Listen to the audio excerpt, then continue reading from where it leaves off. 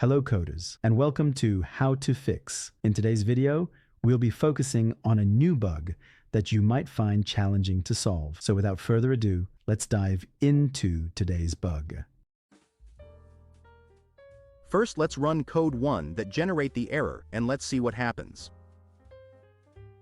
Here's the explanation and the solution to the problem. Feel free to pause the video to read through the explanation. Now we'll repair the code and observe the final output.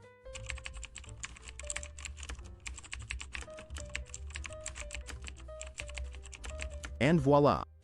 The code is working as it should and our output is spot on. The error has disappeared. That wraps up our video for today. If this video was of help, don't hesitate to hit the like button and subscribe to our channel for more programming fix videos. Keep the curiosity alive. Keep growing, and happy programming to all.